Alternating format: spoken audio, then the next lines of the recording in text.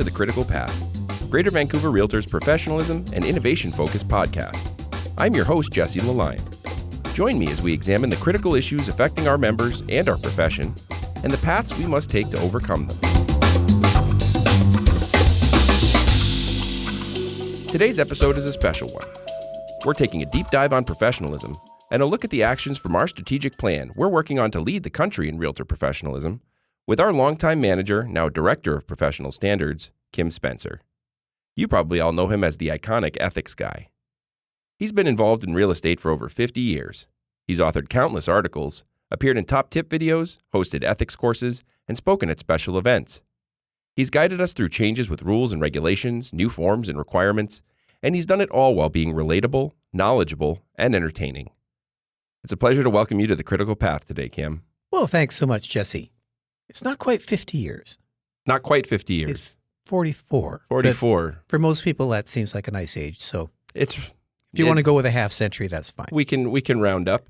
I thought I had read about the initial kind of licensing happening earlier, and maybe that was where I got the 50 number from. But 44, it seems like 50. It probably feels like 50, doesn't it?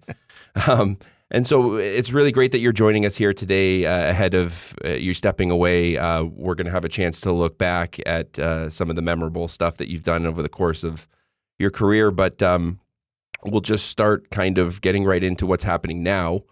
Of course, we've got our strategic plan that we were talking about in our last episode with Jeff, and one of the stated goals there is to lead the country in realtor professionalism. And one of the things Jeff and I talked about was that professionalism is something we hear a lot about. We don't maybe necessarily have kind of a tangible way of understanding what it is. And really, realtor professionalism comes in two key elements. It's serving your clients impeccably, and it's working respectfully with your colleagues, right? So maybe we can start with just talking about how we're helping realtors and our members find that balance right now. And one of the examples of recent examples is the DMOP, right? The new form that's designed to kind of increase the transparency in the transaction for sellers. Can you talk a little bit about how that came to be? And Sure. The disclosure of multiple offers presented, DMOP. It came about as a result of conversations I've had with members and, frankly, with consumers over many years, where they will have been told there's more than one offer being presented. And in recent memory, the market's been buoyant enough where pretty much anything that was half decent had lots of offers on it. And there was frustration from buyers because they would ask me, they would say, well, how do I actually know that there are 4 offers being presented, or 10 or 20 or 2? How do I actually know? Do I just have to take the word of the seller's agent? Well, look, let's start off with people I believe are generally good. People generally tell the truth, and they want to do the right thing. And I would say the vast majority of our members, the big majority of our members, do give accurate information. But there have been concerns, and whether they're an urban myth, they have become a perception from some buyers that they're not being told the truth with respect to how many offers are being presented. And so we wanted to form some kind of process to give buyers comfort by the use of a form. And basically it works like this. Sellers' agents know that when they've presented all of the offers to their client, the seller, all the ones that have come, that they will be required to fill out a form delineating each of the offers, no information about them, but the name of the buyer's brokerage, and the seller will sign that form. And then that form, once the seller's made a decision, whether it's to accept, reject, or frankly make no decision, that form is triggered to be sent to all the buyer's agents who presented offers or who had their offers presented at that time. And it has to be presented to them or delivered to them within 24 hours of the seller making a decision. So the thinking behind it was, here's concrete evidence that what you were told did in fact happen. It's also for anyone who might think that they wanted to be creative with the number of offers. And again, I want to emphasize, I think it's a very small chance, but people are people, and we want to cover off that risk. That if the person acting for the seller knows that they have to fill out a form and have their client sign it and ratify that information is correct, the temptation would be reduced. And kind of working in concert with that is another one of our new forms, the IDRPO. Can you explain a little bit about where that one came from and how that kind of helps Sure. on the other side as well? That is a multi-year process to where we're at right now. It's probably been about 10, 12 years in the making. Wow. And this form is an iteration of previous forms and practices, but it all started, to my memory, it was starting to happen, lots of multiple offers in the early 2000s. And prior to that, yes, there had been multiple offers, but typically, if you had said to a member in 2003, I was at a multiple offer presentation, at best you'd maybe 3, often it was 2. And then in around that time, the market hotted up, inventory went down, and we started getting situations where members were encountering 10 offers, 15 offers, 8 offers. I think the record that I heard was 37 offers. Wow. Yeah, it was a long night.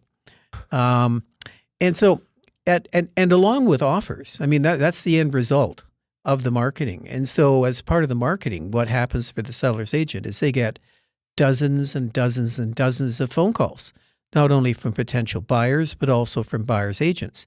And sellers' agents were having a great amount of difficulty figuring out how to manage all that. Sometimes they get the call in their car. You have a pen with you in the car? No. So keeping track. So at first, what was happening occasionally is that some buyers or buyers' agents weren't being called back because the number was dropped. Quite understandable human mistake. And so some members came up with the idea, I don't know actually who, but it still makes sense, to give everyone a fair kick at the property and a fair chance. The decision was made, look, why don't we have it open on the weekend? Anyone who has any interest at all, come by on the weekend, take a look. And we will then present offers from anyone who wants to make an offer on Tuesday, for example. So people can come to the open house, have a look. If they want to schedule an inspection on the Monday, which people sometimes did, they could get that inspection all done and then make a considered decision as to whether or not to write an offer and have it presented. So that was where the process started. But what happens sometimes is that someone would come in with an early offer on the Sunday, not the Tuesday. And there was nothing in place to say we wouldn't look at an offer before Tuesday. It was just we'd like to do offers on Tuesday. But what happened is if you're a seller's agent and you're an agent, you have a fiduciary obligation to disclose to your client all material information. Right? So an offer comes in on Sunday, you phone your client and say, well, we were going to present the offers on Tuesday, remember? But we actually did get one today, Sunday, and they've put a short fuse on it. It expires at midnight tonight. What are your instructions? And quite often sellers would say, well, bring it over. I want to see it. Quite naturally. Mm-hmm. And sometimes they would accept it. And the member was caught between a lawful instruction from their client and, being perceived to be unfair and actually being unfair to all the buyers who were waiting patiently and their agents for the Tuesday. And there was a bit of a ruckus. Every time that happened, there was discipline. That didn't just sort of slide by with nothing happening to that person. But it was a tough situation. So at some point in that process, members started writing into the realtor remarks, well, there are no offers till next Tuesday and do this and do that. But we still had the issue of the early offers. So then we had the direction regarding presentation of offers form, which formalized the seller's instructions, because sometimes there was concerns that, do you actually have that in writing, Jesse, or are you just telling me that that's what the seller wants? So we wanted to formalize that on a form. And that was called the direction regarding presentation of offers form, but it didn't fix the early offer situation where a buyer, I guess some would say gaming the system, but you have to do what you have to do. Sure. You can't tell a buyer they can't write an offer. Right. You can't tell somebody else's client they can't write an offer, so they do. So that was happening quite a bit, and members were getting jammed up. It was hurting us. People were perceiving that the system wasn't fair, that it was opaque, and it was just needing to be fixed. So it was suggested to us that we should make that instruction irrevocable or irrevocable, whichever way you want to pronounce it. So I say to you, Jesse, listen, the standard for that rule is we will present offers as they come in, unless you want to delay them until Tuesday. If you do want to delay them, I need you to give me that instruction in writing. And it is irrevocable. So if an early offer comes in on Sunday, you're instructing me now that I cannot reveal it to you until Tuesday. But you know what, when we made that change, we've had very few complaints where there's early offers and buyers and sellers being upset. That was going to be my next question, because these forms have been out in the wild for, not even 6 months now, I think, for the IDRPO, right? So, right. How do you feel it's been going? What have you heard? Well, seeing as part of my job and the hat that I wear is taking complaints from members, I've had very few complaints since the IDRPO. I can't even say it. I call it IDRPO. It is a mouthful. The IDRPO form. Very few complaints in comparison to a complaint a couple of months sometimes. And these were resulting in significant discipline for sellers' agents. And often they'd say things, well, look, my seller instructed me to present this offer. I didn't see how I could not follow that instruction. And they're right. Technically, that's the instruction they have to follow, except it was unfair to other people. And we try to keep the things balanced as much as we can between the seller and the buyer with our rules. So, again, these are fairly recent, but have had some kind of distance behind them as far as the work that's gone into and the thought that's gone into them. So these are examples of some things that have been out there for a little while now. Another thing that we've had out is the Pledge of Professionalism, which is something that has a direct connection back to our Professionalism white paper that was released last year, and is something that you had very involved in creating. Can you talk a little bit about how that came together and some of the feedback you've heard from some of the members about it? Well, the response has been pretty positive. I put those words together. They're really a summation of some things from the Realtor Code of Ethics. There's even a line in there from the Oath of Office from the Mayor of Vancouver. It's a very simple pledge. The thinking behind it was this. All members that I have ever spoken to, I've never heard one of them say, we need to be less professional. For decades, for the length of time I've been in this business, everyone has always been talking about we need to be better at what we do. And we've made some good progress. It's not like there's nothing been done. There's quite a bit been done. And we're in a much better place now than we once were. And I can talk about that at some point. But with the pledge, what we wanted to do was to have a concrete thing that we could do together and say together and recommit to our core values. It's one thing to make a promise to yourself on the quiet without anyone hearing it. Like a New Year's resolution. But what's behind the thinking here is when human beings get together and they make statements together, promising to act in a particular way or to do certain things together, it has a great deal of power. For example, marriage vows. Vows are similar to pledges, usually in a religious context, much stronger than a pledge, an oath, same thing, very, very strong. We decided to go with pledge rather than oath or vow to keep things simple, but essentially they're the same thing. It's us getting together at our annual meeting, for example, and saying these words before the meeting begins. We think it'll focus us on who we are, what we stand for, and show the way for future members.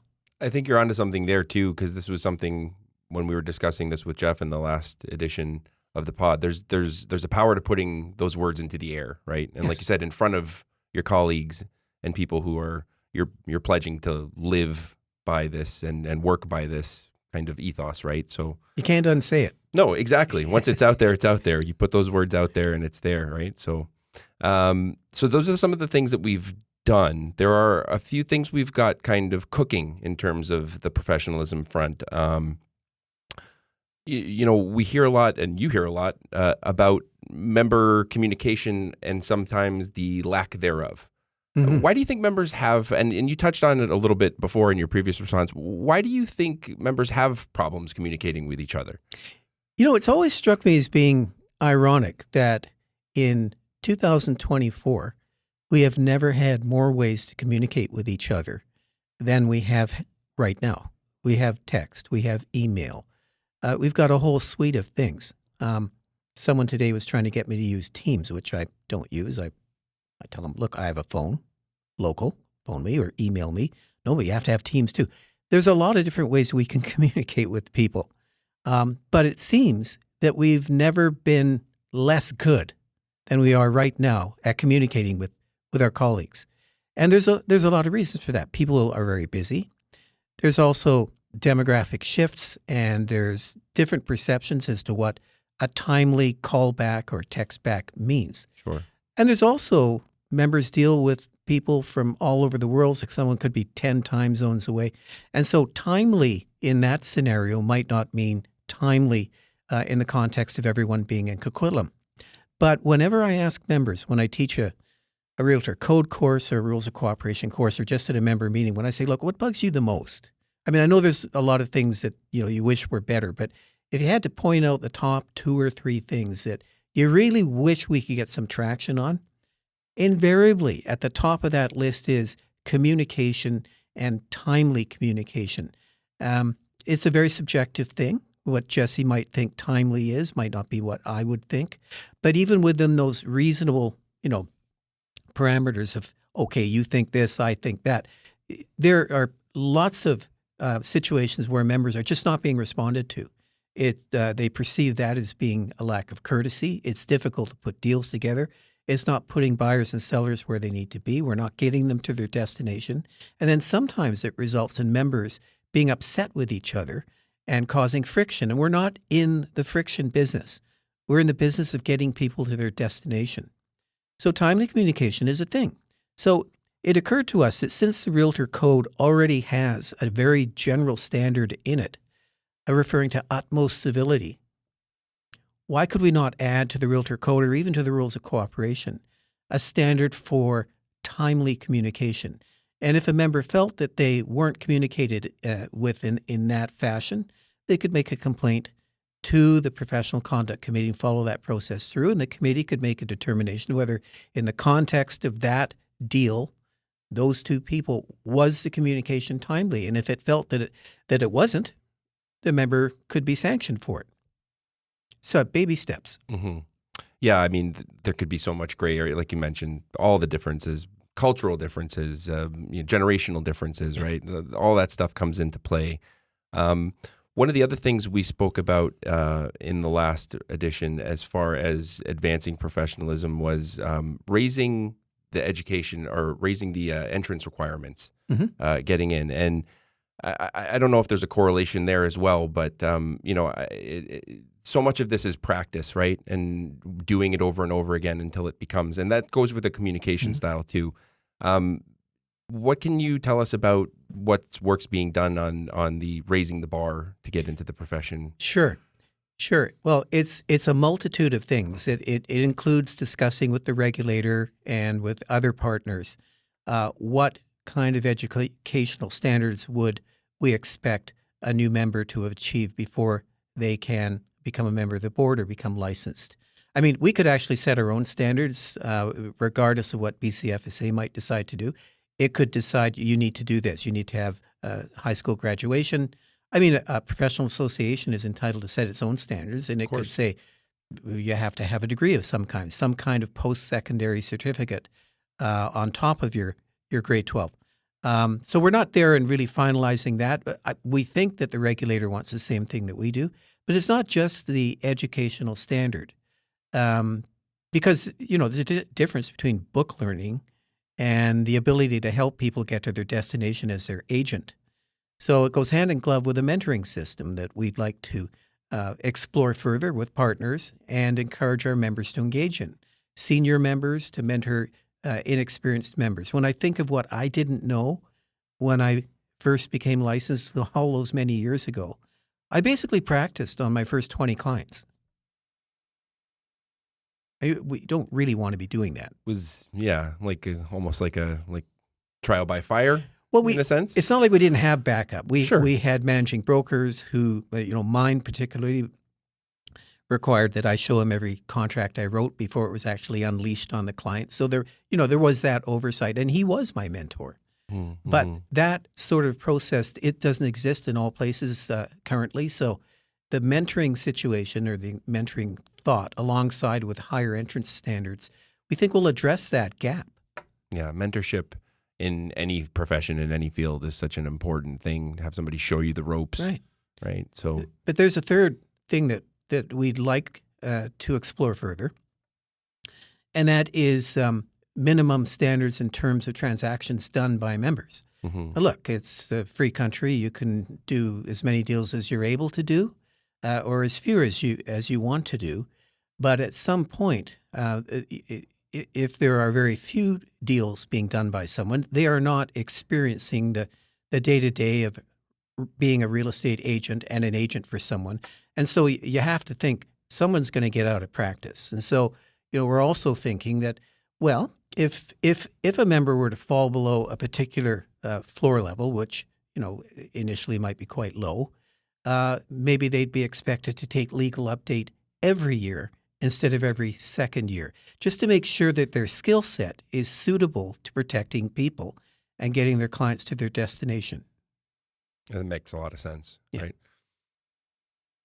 Okay, so we've talked about higher entrance standards. We've talked about minimum practice requirements, mentorship.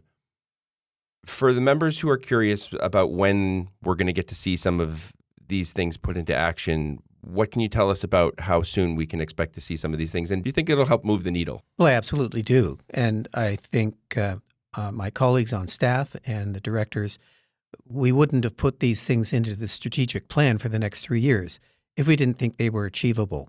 So they're there in writing, similar to that pledge. We're saying to our members, this is where we're going, and this is what we will be doing.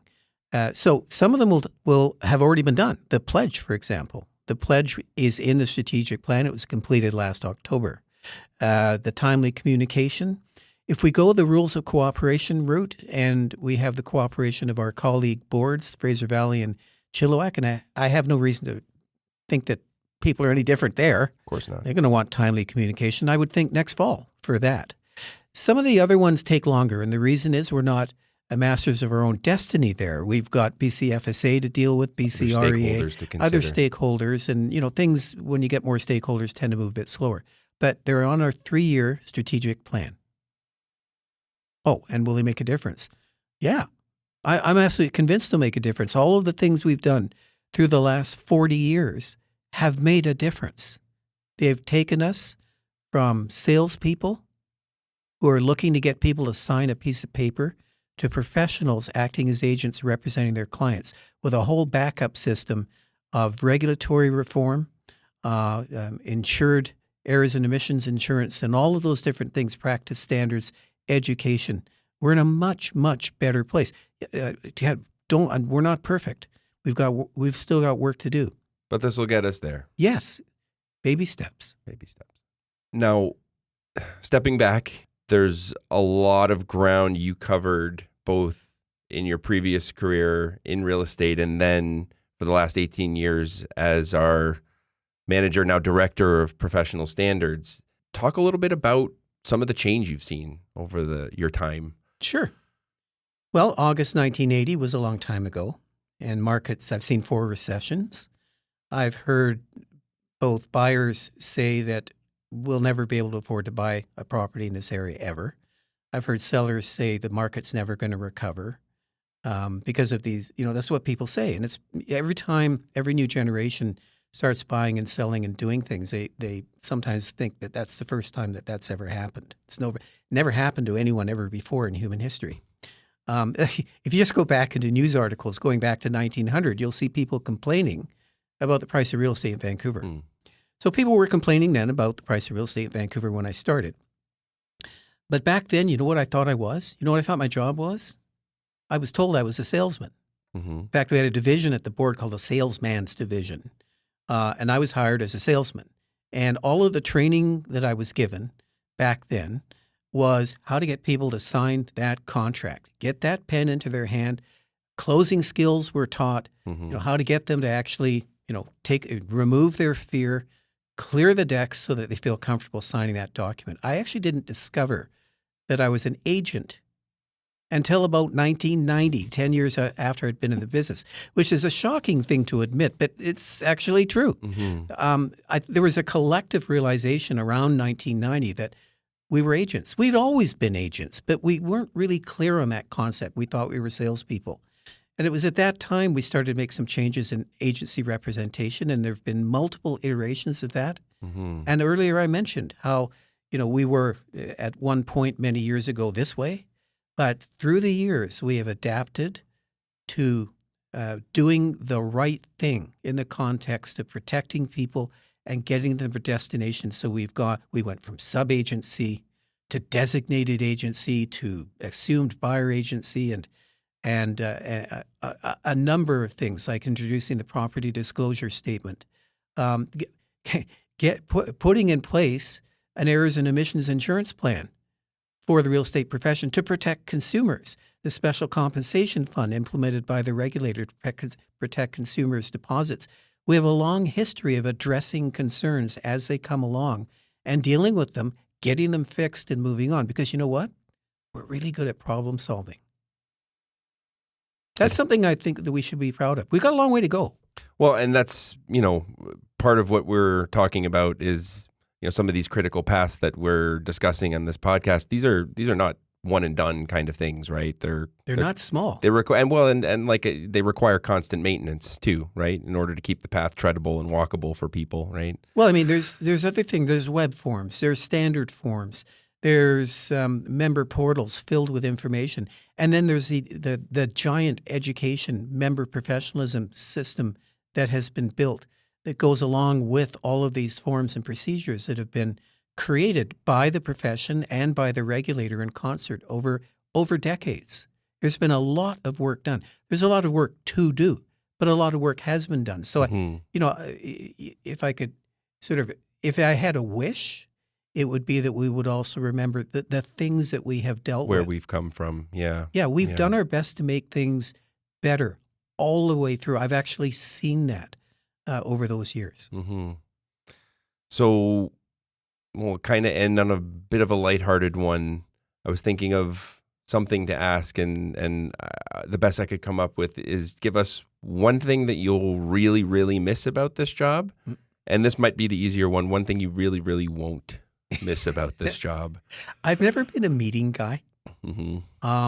I'm a real estate agent at heart. I've got a short attention span. I like to get things done. Sitting in an administrative meeting, which I've had to do with good folks all around me for many years, is torture. I don't know whether I'm ADHD or whatever, but it's been torture. I'm not going to miss meetings. I will never miss a meeting. In fact, I've been getting meeting invitations from Tina, for meetings taking place in June, July, August, because she plans ahead. Right. And it's so much fun to decline them. I've just been declining them. So I'm not going to miss the meetings. I'm really going to miss the people. I have a great deal of affection for our members. I didn't realize how much affection I have for them and the situations they find themselves in. I really have enjoyed helping them most of the time when they're nice to me, which they usually are. So that I'm going to miss.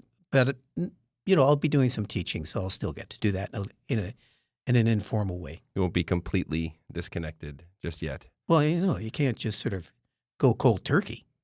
It's not easy to do for anything, but yeah, as retirement goes, I think there's always a balance to be found between, like you said, going cold turkey and kind of easing out a little bit more, and everybody finds that balance. But I can speak for everybody and the staff, certainly, to say that we're going to definitely miss dealing with you. I know we've worked on occasion for projects and other articles and things like that. We work to get the ethics guy in the newsletter every week, and it's great to hear your stories. And I think that's one of the things the members really value out of you, is hearing your stories and your experience and your expertise. So we could do some more, talk about the funny stories that I have in the back of my head one day.